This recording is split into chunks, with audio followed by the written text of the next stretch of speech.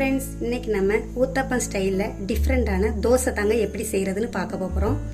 இதுக்கு side dish எதுவுமே தேவையில்லைங்க. இதை ஒரு நேரம் செஞ்சா நம்ம திரும்ப திரும்ப செய்வோம். அந்த அளவுக்கு அட்டகாசமா இருக்கும்.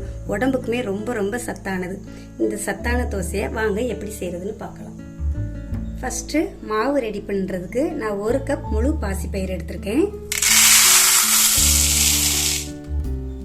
கூடவே 1/2 கப் பச்சை வேர்க்கடலை, அது கூட 1/4 கப் பச்சரிசி.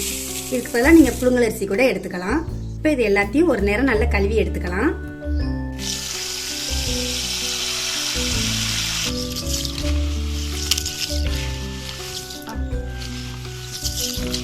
கழுவிட்டு நல்லா தண்ணியை வடிச்சு எடுத்தாச்சுங்க. இப்போ இது நல்லா மூழ்கிற அளவுக்கு தண்ணி ஊற்றிட்டு ஒரு 4 மணி நேரம் ஊற வச்சு எடுத்துக்கலாம்.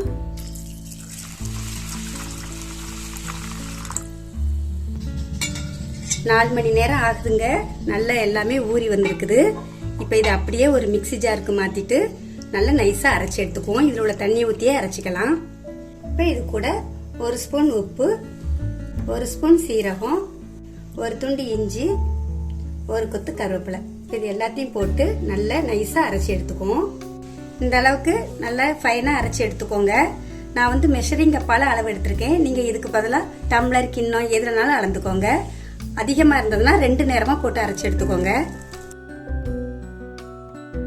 இப்போ இந்த மாவை ஒரு மிக்சிங் பவுலுக்கு மாற்றிக்கலாங்க. இப்போ இதுக்கு தேவையான அளவுக்கு தண்ணி ஊற்றி தோசை மாவு பதத்துக்கு மிக்ஸ் பண்ணி வச்சுக்கலாம்.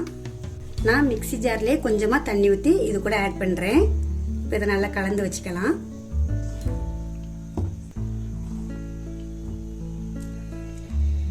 இப்போ தோசைக்கு மேலே போடக்கூடிய பொருட்களை ரெடி பண்ணிக்கலாம்.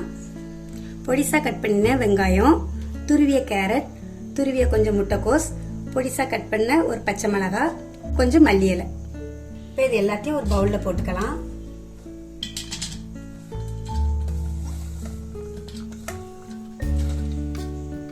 இப்போ இது கூட நல்ல ஒரு ஃப்ளேவருக்காக 1/4 ஸ்பூன் கரம் மசாலா, இதுக்கு தேவையான கொஞ்சமா உப்பு.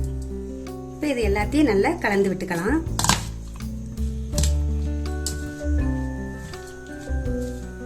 எல்லாத்தையுமே நல்லா மிக்ஸ் பண்ணியாச்சு. இப்போ தோசை ஊற்ற ஆரம்பிக்கலாம். இந்த மாவு புளிக்க வேண்டிய அவசியம் இல்லை, உடனே நம்ம செய்யலாம். இப்போ ஸ்டவ்ல ஒரு தவா வச்சிருக்கேன். கல்லுமே நல்லா சூடாயிருச்சு. இதில் நம்ம தோசை மாவை ஊற்றிக்கலாம். இந்த தோசை ரொம்ப நைஸாக ஊற்ற வேண்டிய அவசியம் இல்லைங்க. கொஞ்சம் திக்னஸாக இருந்தால் தான் நல்லா இருக்கும்.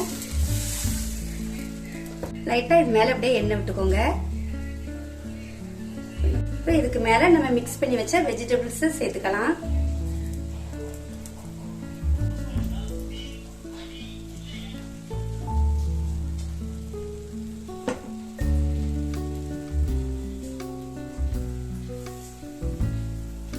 இதை அப்படியே லைட்டா அழுத்தி விட்டுக்கலாம்.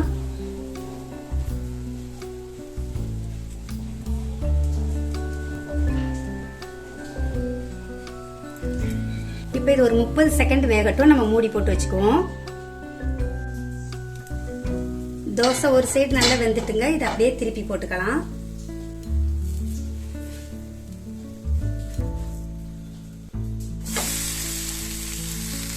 இப்போ இது ஒரு 1 நிமிஷம் வேகட்டும். அது வரை வச்சிருக்கலாம்.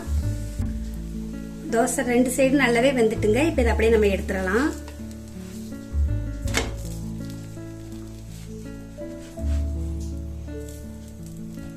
இப்போ இதே மாதிரியே எல்லா தோசையும் சுட்டு எடுத்துக்கலாம். அவ்வளோதாங்க, தோசை சூப்பராக ரெடி ஆயிடுச்சு. இந்த தோசையை இப்படியே வெறுமனே சாப்பிடலாம். தொட்டுக்க சட்னி எதுவுமே தேவையில்லை. அந்த அளவுக்கு ரொம்பவே டேஸ்டியாக இருக்கும். நார்மலாக நம்ம தோசை சுடுறதுக்கு பதிலாக இப்படி டிஃப்ரெண்டாக சுட்டு கொடுத்தா குழந்தைங்கள்லேருந்து பெரியவங்க எல்லாருமே விரும்பி சாப்பிடுவாங்க. கேரட் சாப்பிடாதவங்க கூட இதை நல்லா சாப்பிடுவாங்க. அந்த அளவுக்கு ரொம்பவே அருமையாக இருக்கும். நீங்களும் இந்த தோசையை உங்கள் வீட்டில் கண்டிப்பாக செஞ்சு பார்த்துட்டு எப்படி இருக்குன்னு கமெண்ட்டில் சொல்லுங்கள். இதே மாதிரி நிறைய வீடியோஸ்க்கு நம்ம சேனலை மறக்காமல் சப்ஸ்கிரைப் பண்ணிக்கோங்க. நன்றி.